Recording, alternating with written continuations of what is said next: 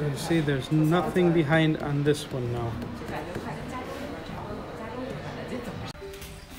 Checking out the Chinese charge port.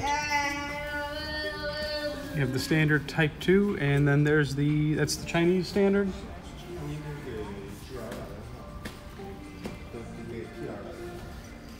It almost looks like CHAdeMO, only it's much better designed. It's about half the size of a CHAdeMO port. And if you try here, that's nothing. It's just a reflector now.